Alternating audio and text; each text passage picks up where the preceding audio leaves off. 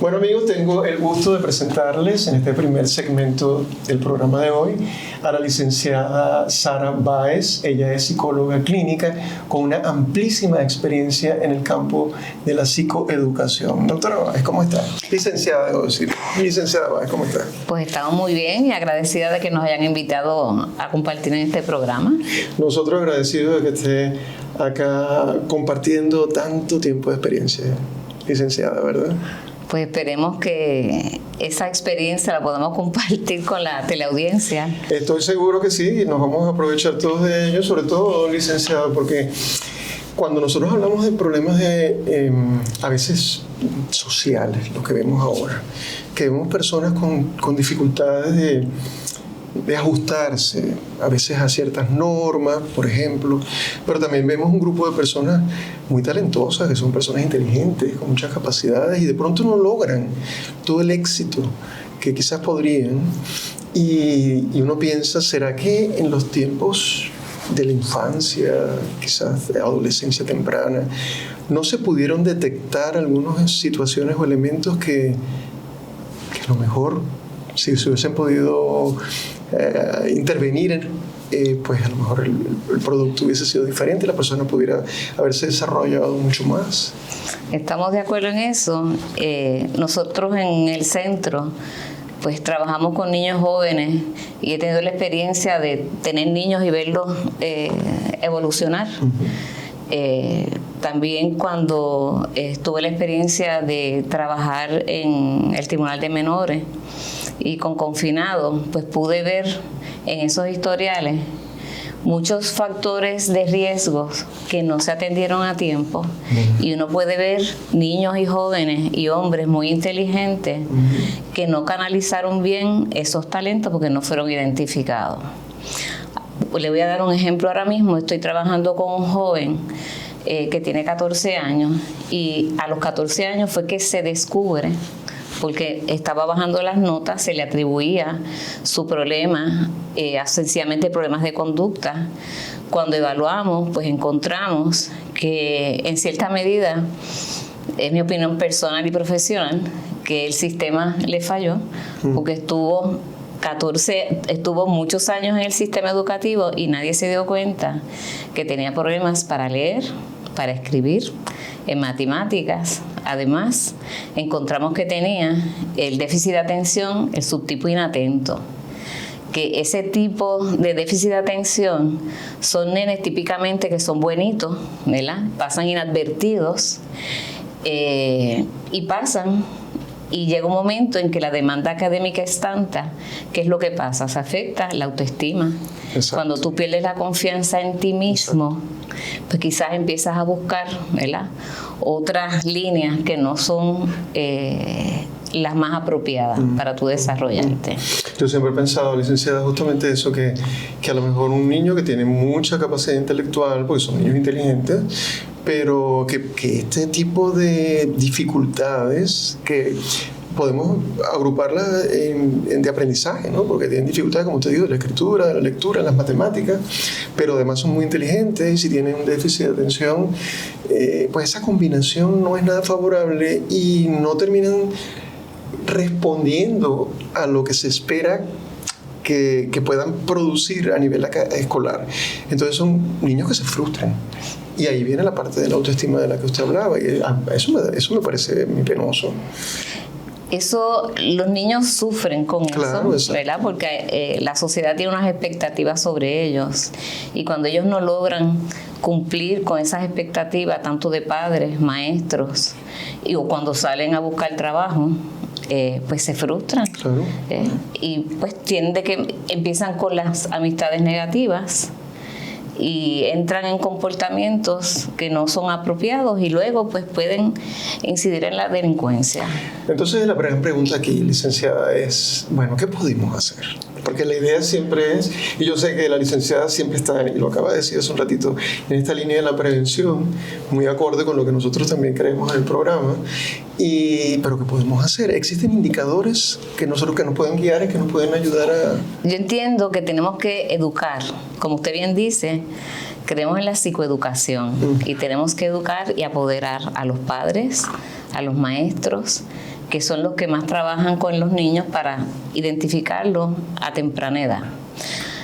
Muchas veces tenemos mamás o papás que nos dicen, yo sentía que a mi hijo le pasaba algo.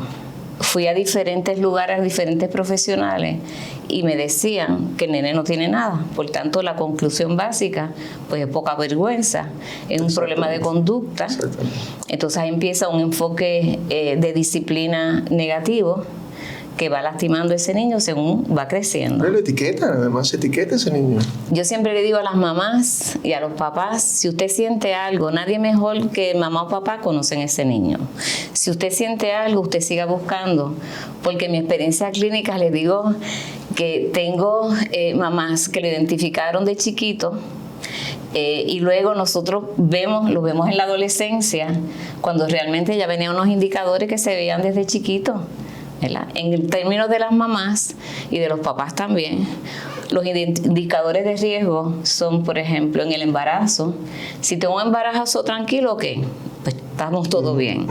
Ahora, si en el embarazo es un embarazo difícil, hay complicaciones de salud de la mamá, esta mamá se deprime, todo eso ya empieza a influir en ese feto que se está desarrollando, que se está formando. El embarazo puede ir todo bien, entonces vamos al momento del parto. Si en el momento del parto pues faltó oxígeno, ¿verdad? Hubo distrés fetal, ¿verdad? Ya sabemos que eso puede afectar el desarrollo de ese niño. Si el cordón umbilical estuvo enredado, entonces, posteriormente, vemos, a lo mejor fue todo bien en el embarazo, fue todo bien en el parto, pero a la hora de caminar, el nene no caminó cuando tenía que caminar. O no gateó cuando tenía que gatear. En la parte del gateo, vemos también, ahí siento que quizás hay falta de información, porque hay unos patrones de gateo. Y, por ejemplo, los nenes que se arrastran de un ladito, ¿verdad? Como que se arrastran, esos nenes están teniendo problemas para coordinar, para integrar, tener unos movimientos integrados, y posteriormente vemos cómo eso afecta y se ve en el aprendizaje. No se identificó cuando era bebé y se identifica cuando llega a la escuela, que empiezan a tener problemas para leer, para escribir, niños brillantes, que es lo que la gente a veces se sorprende y piensan, como eres brillante, pues es que no quieres aprender. O sea, todos los niños van a la escuela con una ilusión. Les vendemos la escuela como la cosa más maravillosa del mundo. Tu maestra te va a querer, te va a ayudar, vas a tener amiguitos. Y cuando ellos llegan allí, a veces la realidad es otra. Entran en un mundo de competencia. Porque yo digo que a mí no me preocupan los déficits de atención, no me preocupan los problemas de aprendizaje como tal. Lo que más me preocupa es la autoestima de ese niño, que no lo entienden. Y que hoy día, licenciada, con el bullying, cualquier conducta que quizás no sea la típica, pues los niños señalan y puede ser muy difícil. Para manejar el bullying, ¿verdad? Hay que trabajar con ambas partes, ¿verdad? Con el que hace bullying y la víctima. Correcto. Pero sabemos que las personas que hacen el bullying tienden a buscar niños que son vulnerables. Exactamente. Ese niño vulnerable, ¿qué pasa? No tiene confianza en sí mismo, tiene una autoestima baja, no se siente competente en la escuela en relación a sus compañeros, empieza a inhibirse, a guardarse. Que puede ser este grupo del que estamos conversando, justamente ese puede ser un blanco relativamente fácil para estos bullying. Entonces, me gustaría que nos enfocáramos en los indicadores. Estos indicadores de riesgo, ya el nene ya lo ha explicado claramente después del embarazo, ya un poco más en esa parte de la temprana infancia, pero por allí, ¿cuándo comienzan a haber algunos indicadores que tengamos que decir papá, mamá, abuelos, cuidadores? Porque ahora no es solamente papá, mamá, maestros, que usted dijo que son tan importantes las personas que están en la escuela, que tienen a veces más tiempo con los niños que algunos padres. ¿En qué tienen que estar atentos? ¿A qué tienen que estar atentos? Pues yo entiendo que cuando son chiquititos, los desarrollos más importantes, ¿verdad?, es el desarrollo motor y el desarrollo del habla y lenguaje.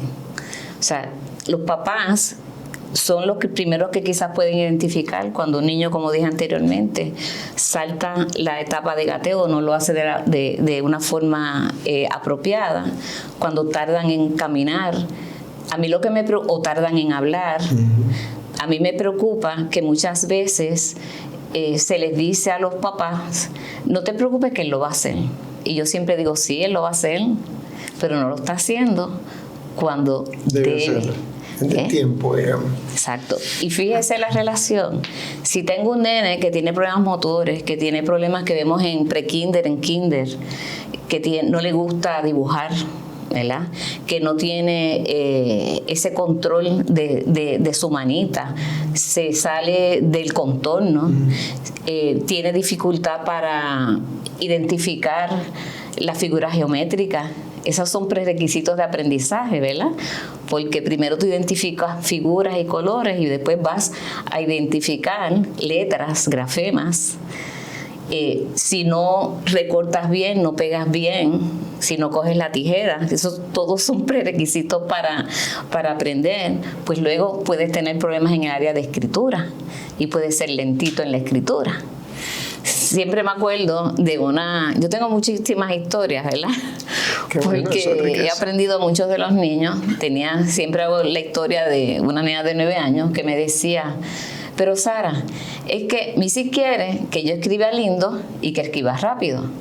Si le escribo rápido, no puedo escribir lindo. Y si escribo lindo, no puedo escribir rápido. Y yo le digo, tú tienes razón. Es verdad. ¿Verdad? O sea, tenemos que escuchar a los niños. Así que vemos que ya desde bebecitos podemos empezar a ver unos indicadores. Cuando son bebecitos y vemos que las etapas del desarrollo no van como deben ir ocurriendo, pues los especialistas más importantes ahí es el patólogo del habla. Vamos a evaluar a ver qué está pasando. El terapista ocupacional, que yo entiendo que muchas personas no entienden el rol del terapista ocupacional, que trabaja con el aspecto motor y el aspecto sensorial. Eso nos ayuda. Después entran, pues, también si vemos unas dificultades, el neurólogo, el geneticista. O sea, que hay unas cosas que los papás pueden ir haciendo, sobre todo antes que ese nene llegue a la escuela. Si le damos las herramientas, ¿verdad? Pues, y lo identificamos a tiempo, podemos prevenir en algunas ocasiones, podemos trabajar a nivel prevención, pero si el niño posteriormente nos presentara problemitas, pues van a ser quizás no de un nivel severo, podrían ser leve o moderado y seguir trabajando con el niño. Sí, aquí me surge por supuesto la pregunta, porque la importancia de identificar esto a tiempo es poder hacer intervención. Es correcto. Y la pregunta entonces, ¿siempre se puede hacer intervención, licenciada? Siempre se puede hacer intervención. Tenemos que conseguir, ¿verdad? Porque siento que a veces hay unas limitaciones en términos de el acceso que tiene la población a esos servicios, y hay veces que estos niños pues necesitan una intensidad o mayor frecuencia de servicios de los que quizás puedan estar disponibles. Siempre los maestros pueden ayudarnos. Yo creo en el trabajo en equipo. Nosotros somos un centro interdisciplinario con enfoque transdisciplinario, porque nosotros creemos que no podemos trabajar con ese niño de la oficina solito. Pertenece a un sistema de familia, pertenece a una comunidad escolar. Inclusive, cuando otros especialistas están trabajando con ese niño, nosotros tratamos de establecer contacto, ¿verdad? Por ejemplo, con neurólogos, psiquiatras, ellos ven unos ángulos y podemos trabajar en equipo. Yo he tenido esa experiencia, gracias a Dios, con profesionales que aunque no trabajamos en el mismo centro, pero sí creemos en ese trabajo de equipo. Sí, es importante, pero usted mencionó algo que estaba pensando en las personas que nos están viendo en este momento, y siempre el mensaje es dar información para que podamos tener algún referente y decir, esto se parece a lo que me está pasando a mí, se parece a lo que le pasa a mi hijo o a mi sobrino o sobrina, pero por otra parte me imagino yo no tengo el acceso, eso es accesible. Es un tema, nosotros en nuestra realidad que hay que considerarlo, pero a mí todavía me parece más grave el que no tengamos una información, que ahí también es acceso a información, que es lo que nosotros tratamos de hacer a través de este programa. Pero al yo tener la información, pues yo puedo actuar, si no la tengo, ¿no? Estos padres a lo mejor que son muy jóvenes o que son los primerizos, digamos, como padres, que no tienen una comparación con el hijo. Este no está haciendo lo que hizo su hermano mayor. A esta edad ya lo hacía fulano. Pero si no has tenido otros hijos antes, pues a lo mejor ni siquiera sabes de qué se trata esto. Así que, aun cuando el acceso no sea tan fácil a todos estos niveles, siempre hay algo que se puede hacer, entiendo. Y el mayor problema es que no veamos qué está pasando, qué está ocurriendo, estos indicadores, ¿no? Yo creo que los papás tenemos que buscar, tenemos que observar, ¿verdad? Y tenemos que buscar. No solamente los papás, porque hoy en día, por lo menos yo digo en mi oficina, voy a hacer un club de abuelitos. Sí, los abuelos tienen un rol tremendo. Importante, porque sí, muchos papás trabajan, sí, y los abuelitos pues asumen el rol de cuidadores quizás primarios y observan, y esos abuelitos pues también hay que educarlos. Pero volviendo a la parte de los padres, primero pues observar no solamente la parte del desarrollo. Cuando ya llegamos a la escuela, fíjese que hablamos de cuando un niño está en la etapa preescolar, importantísimo, porque ahora vemos que ya no solamente es el kinder, es el pre-kinder y ahora es el pre-pre-pre, ¿verdad? O sea que un niño que entra a un kinder sin ningún tipo de experiencia, pues ya entra en desventaja. A veces tenemos que separar los factores evolutivos del desarrollo y factores pedagógicos. Un factor pedagógico, puedo decir, o sea, tenemos ahora unos enfoques de enseñanza acelerados. Si yo tengo un niño inmaduro, ¿verdad? Vamos a poner 1 año, pero tengo 1 año de aceleración en la enseñanza, pues tengo ese niño 2 años, claro, en desventaja. Claro. Y a los papás les tenemos que decir, para estudiar tenemos toda la vida. Y lo más importante es que ese aprendizaje, que yo lo veo como un edificio, ¿verdad? La zapata tiene que estar bien, y esas zapatas son los prerequisitos, ¿verdad? De la parte motora, de cómo escriben, la parte de la lectura. Y después le seguimos montando, ¿verdad?, piso. Pero si le seguimos montando piso y la zapata está flojita, claro, en algún momento se nos va a caer. Claro, claro. El niño que es muy brillante, los niños muy brillantes, muchas veces se identifican tarde, ya en la adolescencia. Entonces ya se nos mezclan muchas cosas, porque no solamente son los problemas de aprendizaje, y ese niño empezó a desarrollar lagunas que se convierten en mares y en océanos. Llega a la adolescencia, está batallando con la etapa del desarrollo, está batallando con las exigencias sociales de sus compañeros, de los maestros, de los padres. O sea, es complicado para ellos. Complicado. Y usted hablaba de la autoestima, pero en la medida en que va pasando el tiempo, un niño pues se va frustrando porque va teniendo, no es exitoso en los retos que se le presentan en cada nivel académico, y entonces lo que hace es que va acumulando más experiencias no gratificantes, y eso se asocia por supuesto con una baja autoestima. Y por ahí podemos seguir, licenciada, mucho tiempo, y yo de verdad confío en que podamos tener más de estas conversaciones. El tiempo se nos acaba de ir, es muy rápido. Estoy seguro que a los amigos y amigas que nos ven le queda como a mí un sabor a querer saber más y conversar más con usted, así que esperemos tenerla nuevamente en Tu Salud Informa. Bueno, un placer de compartir con todos. Esperamos poder contribuir para desarrollar ese ojo clínico de los padres y de los maestros y otros profesionales. Y abuelitos, y abuelitos también. Incluirlo. Licenciada Sara Báez, un gusto haberla tenido en el programa. Un placer. Hasta la próxima ocasión.